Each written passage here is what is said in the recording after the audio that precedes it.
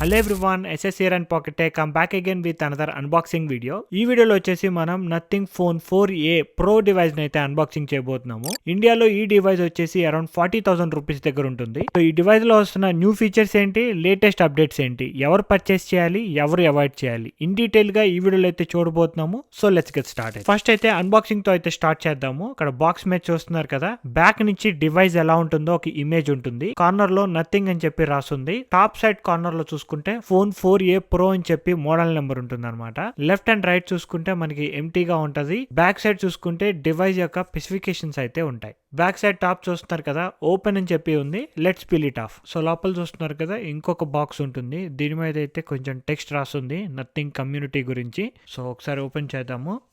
So ఇక్కడ చూస్తున్నారు కదా, డివైస్ అయితే ఉంటుంది. డివైస్ తీసి పక్కన పెడితే సో టాప్ సైడ్ లో మనకి రిమైనింగ్ యాక్సెసరీస్ అయితే అవైలబుల్ గా ఉంటాయి. సో ఇక్కడ ఫోన్ కేస్ అయితే మనకి ఫ్రీగా ఇస్తున్నారు. Transparent case, USB-C to USB-C cable, user manual and also ఈ కార్డ్ ఉంటుంది. దీని మీద చూసుకుంటే మనకి డ్యూరబిలిటీ గురించి, బ్యాటరీ గురించి, ఎనర్జీ గురించి బ్రీఫ్ గా మెన్షన్ చేసి ఉంటుంది అనమాట. ఇక్కడ టాప్ సైడ్ చూసుకుంటే మనకి సిమ్ ఎజెక్షన్ టూల్ కూడా అవైలబుల్ గా ఉంటుంది. సో డివైస్ తో పాటు అడాప్టర్ అయితే రావట్లేదు. అడాప్టర్ మీరు సపరేట్ గా పర్చేస్ చేయాలి. That's it in the box. ఒకసారి క్లీన్ చేసి డివైస్ గురించి చూద్దాం.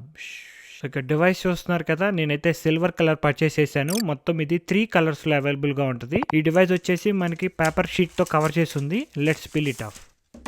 నథింగ్ 4a ప్రోని బ్యాక్ సైడ్ నుంచి చూస్తున్నారు కదా, మొత్తం అల్యూమినియం ఫ్రేమ్ తో ఉంటుంది. ప్రీమియం బిల్డ్ క్వాలిటీ అయితే కనిపిస్తుంది. మనకి నథింగ్ ప్రీవియస్ ఫోన్ లాగా ఇదైతే ట్రాన్స్పరెంట్ బ్యాక్ తో రాదు, ఎందుకంటే అల్యూమినియం ఫ్రేమ్ కాబట్టి ట్రాన్స్పరెన్సీ ఫ్రేమ్ అనేది కొంచెం కష్టం. బట్ ఇక్కడ పైన కెమెరా ప్లాటో మీద అయితే కొంచెం ట్రాన్స్పరెంట్ గా ఉంది. విత్ 3 కెమెరాస్, పెద్ద సర్కిల్ ఉంది కదా, ఇది వచ్చేసి గ్లిఫ్ ఇంటర్ఫేస్. సిగ్నల్ రావడం కోసం యాంటీనాస్ అయితే ఇక్కడ బాటమ్ లో ప్లేస్ చేశారు. రైట్ సైడ్ చూసుకుంటే మన lock or unlock button, volume rockers, bottom లో చూసుకుంటే USB-C port, SIM slot, microphone, speaker grills and left side వచ్చేసి AI బటన్ ఉంటుంది. దీని గురించి తర్వాత ఇన్ డీటెయిల్ గా చూద్దాము. టాప్ లో చూసుకుంటే ఇంకొక 2 యాంటీనాస్ ఉంటాయి సిగ్నల్ కోసం and also noise cancellation mic. ఈ ప్రైస్ రేంజ్ లో ప్రీమియం బిల్డ్ క్వాలిటీ అయితే ఈ డివైస్ అయితే ప్రొవైడ్ చేస్తున్నారు. ఫ్రంట్ సైడ్ వచ్చేసి మనకి గొరిల్లా గ్లాస్ 7i సపోర్ట్ తో వస్తే, బ్యాక్ అండ్ సైడ్స్ వచ్చేసి యూనిబాడీ అల్యూమినియం ఫ్రేమ్ అయితే యూస్ చేస్తున్నారు. అండ్ ఆల్సో ఈ డివైస్ వచ్చేసి IP65 dust and water rating తో వస్తుంది. Flashes of water and dust అయితే ఇది సస్టైన్ అవ్వగలదు. గ్లిఫ్ ఇంటర్ఫేస్ కింద చూస్తే రెడ్ కలర్ లో మనకి ఒక డాట్ కనిపిస్తుంది. మీరు ఎప్పుడైనా వీడియో రికార్డింగ్ చేస్తున్నప్పుడు ఈ రెడ్ కలర్ డాట్ బ్లింక్ అవుతూ ఉంటుంది. టోటల్ వెయిట్ వచ్చేసి 210 గ్రామ్. డిజైన్ అండ్ డ్యూరబిలిటీలో అయితే ఈ ప్రైస్ సెగ్మెంట్ లో one of the best choice. Next display విషయానికి వచ్చేసరికి ఈ డివైస్ లో వచ్చేసి మనకి 6.83 ఇంచెస్ డిస్ప్లే అయితే ఉంటుంది. మనకి దీంట్లో AMOLED డిస్ప్లే అయితే యూస్ చేస్తున్నారు. 144 Hz రిఫ్రెష్ రేట్ సపోర్ట్ చేస్తుంది. HDR10+ support. ఈ ఫీచర్స్ అన్ని కామన్ గా అవైలబుల్ గా ఉన్నాయి. వీటితో పాటు PWM డిమ్మింగ్ జోన్స్ కూడా సపోర్ట్ చేస్తుంది. డార్క్ రూమ్స్ లో మీరు ఫోన్ ని యూస్ చేస్తున్నప్పుడు ఐస్ కి కొంచెం స్ట్రెస్ తక్కువ ఉంటుంది.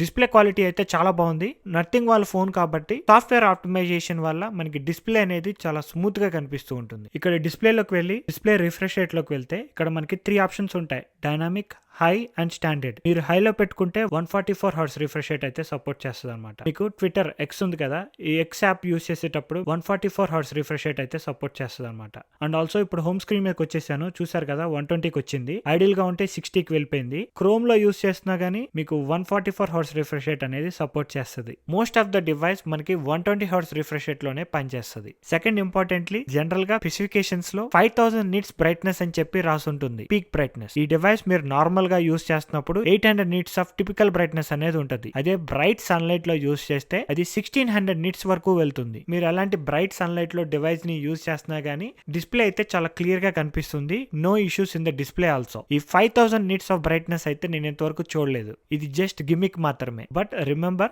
144 Hz and also 5000 nits of brightness రియాలిటీలో అవి చాలా రేర్ గా పనిచేస్తూ ఉంటాయి. Next coming to the performance, ఈ డివైస్ లో వచ్చేసి స్నాప్డ్రాగన్ 7 Gen 4 చిప్ సెట్ అయితే యూస్ చేస్తున్నారు. 4 nanometers చిప్ సెట్ అనమాట. ఇది with 8 core CPU and Adreno 722 మీద ఉంటుంది. Normal day to day usage కి అయితే చాలా బాగుంది. అండ్ మీడియం రేంజ్ గేమ్స్ కూడా పర్లేదు, బాగానే హ్యాండిల్ చేస్తుంది. కానీ హై లెవెల్ గేమింగ్ పర్ఫార్మెన్స్ కావాలి ఈ ప్రైస్ రేంజ్ లో అనుకుంటే మీకు వేరే మోడల్స్ లో దీనికన్నా బెటర్ చిప్ సెట్ అయితే ప్రొవైడ్ చేస్తున్నారు. Like Snapdragon 8 series chip set అనేది Neo 10 అండ్ Poco 5 7 లో అవైలబుల్ గా ఉంటుంది.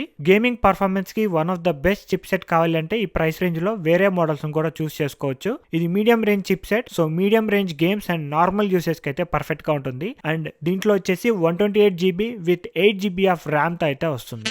Next coming to the cameras, మనం ఈ డివైస్ మీద చూడొచ్చు మొత్తం 3 కెమెరా లెన్స్ అయితే యూస్ చేస్తున్నారు. ఫస్ట్ వచ్చేసి అల్ట్రా వైడ్ లెన్స్ చూసుకుంటే ఇది 8 మెగా పిక్సెల్ సోనీ సెన్సార్ అయితే యూస్ చేస్తున్నారు. స్క్రీన్ మీద శాంపుల్ చూస్తున్నారు కదా, క్వాలిటీ అనేది బిలో యావరేజ్ లో ఉంటుంది. అల్ట్రా వైడ్ లెన్స్ ఉందా అంటే ఎస్ ఉంది అని చెప్పుకోవడానికి మాత్రమే ఈ లెన్స్ అనేది పనికొస్తుంది. Next coming to the wide angle lens, main lens వచ్చేసి మనకి 50 మెగా పిక్సెల్స్ విత్ f1.9 ఉంటుంది. దీంట్లో మనకి సోనీ LYT 700C సెన్సార్ అయితే యూస్ చేస్తున్నారు. మంచి లెన్సే, నార్మల్ కండిషన్స్ లో పిక్చర్స్ అనేవి చాలా బాగా క్యాప్చర్ చేస్తుంది.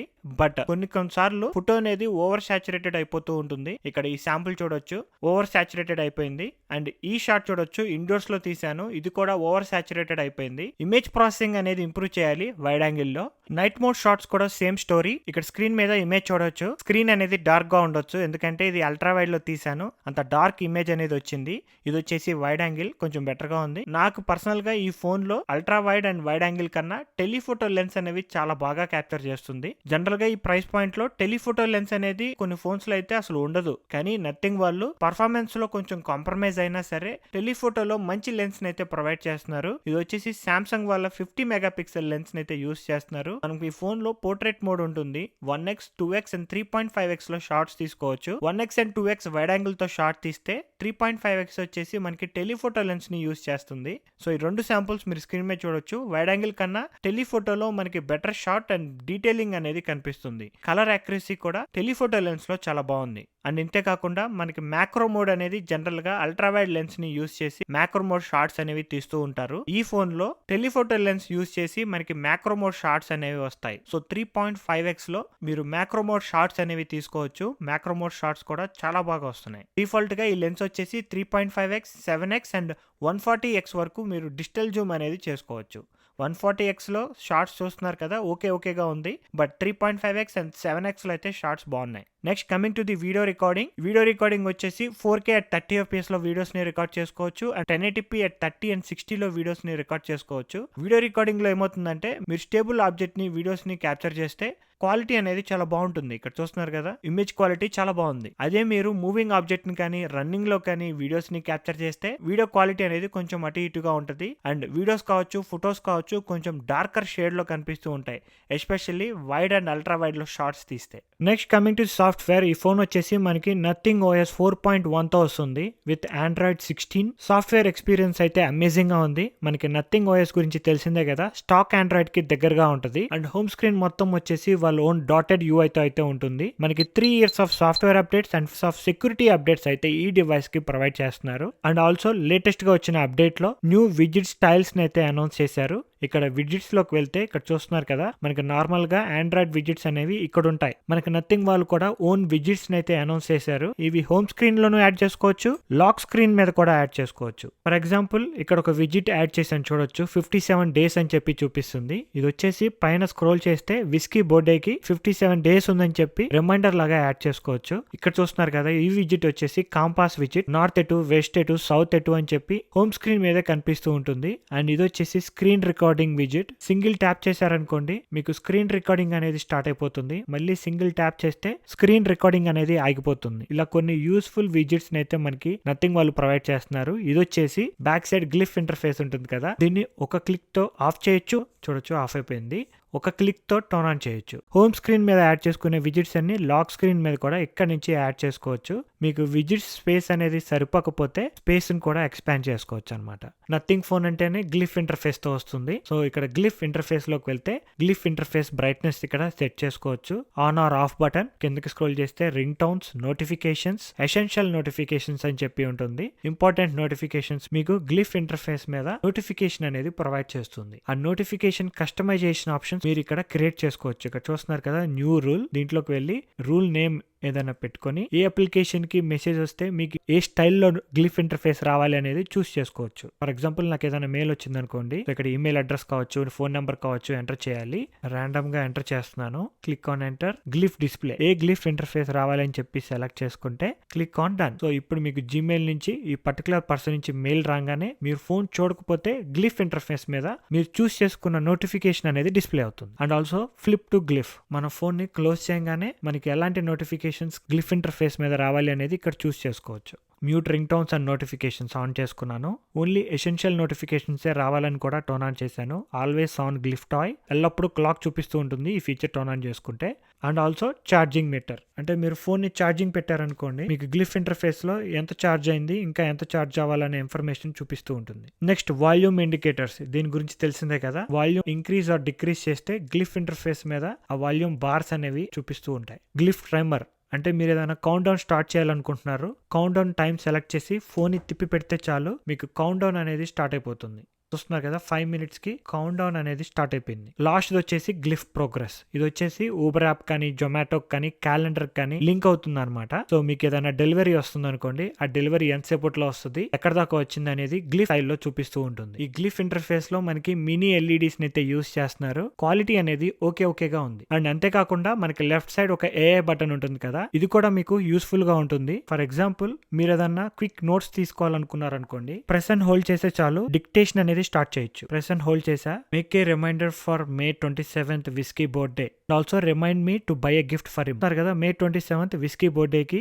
రిమైండ్ చేయమన్నాను. అండ్ ఆల్సో గిఫ్ట్ కొనాలి, దాని గురించి కూడా రిమైండ్ చేయమని చెప్పాను. ఈ ఇన్ఫర్మేషన్ మొత్తం ఎసెన్షియల్ స్పేస్ లోకి యాడ్ అవుతుంది. అండ్ ఆల్సో క్యాలెండర్ లో May 27th విస్కీ బర్త్డే అని చెప్పి ఈవెంట్ కూడా యాడ్ చేస్తుంది.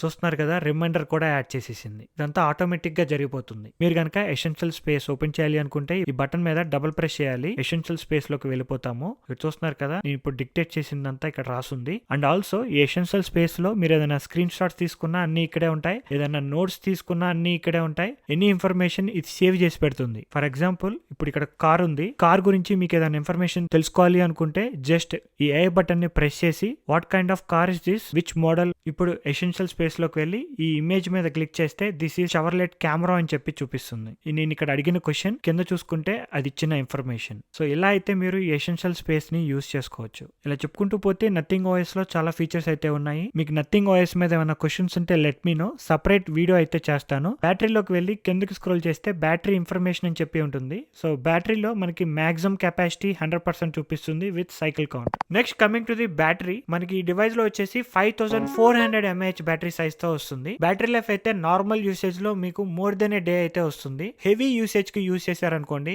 నాన్ స్టాప్ గా వీడియోస్ తీయడానికి కానీ నాన్ స్టాప్ గా గేమింగ్ కానీ వాడితే 5 to 6 hours of battery life అయితే వస్తుంది. ఈ డివైస్ బ్యాక్ సైడ్ మొత్తం మనకి అల్యూమినియం ఫ్రేమ్ తో రావడం వల్ల వైర్లెస్ ఛార్జింగ్ సపోర్ట్ అయితే లేదు, రివర్స్ వైర్ ఛార్జింగ్ సపోర్ట్ అయితే ఉంది. వైర్ ఛార్జింగ్ యూస్ చేస్తే మనకి 50 watts వైర్ ఛార్జింగ్ సపోర్ట్ చేస్తుంది, కానీ అడాప్టర్ మనకి బాక్స్ లో అయితే రాదు. సో లెట్స్ కంక్లూడ్, ఈ డివైస్ ఎవరు పర్చేస్ చేయాలి? మీకు కనుక 40,000 రూపీస్ లో premium build quality, different design, good software, మంచి డిస్ప్లే, డీసెంట్ బ్యాటరీ లైఫ్, ఈ ఫీచర్స్ కావాలి అనుకుంటే ఈ డివైస్ ని చూస్ చేసుకోవచ్చు. And importantly telephoto lens. ఈ డివైస్ లో మిస్సింగ్ ఫీచర్ కాన్స్ వచ్చేసి performance and ultra wide camera, main wide angle camera. Quality అనేది ఓకేగా ఉంది. ఇమేజ్ ప్రాసెసింగ్ అనేది ఇంప్రూవ్ చేయొచ్చు. ఇదైతే నా పర్సనల్ ఒపీనియన్. మీ ఒపీనియన్ ఏంటో let me know in the comment section below. మీ కనుక ఈ డివైస్ మీద ఇంకేదైనా క్వశ్చన్స్ ఉంటే let me know in the comment section below. ఈ వీడియో కనుక మీకు నచ్చినట్టయితే ప్లీజ్ లైక్, షేర్. ఇలాంటి మరిన్ని వీడియోస్ చూడాలి అనుకుంటే please subscribe to pocket tech.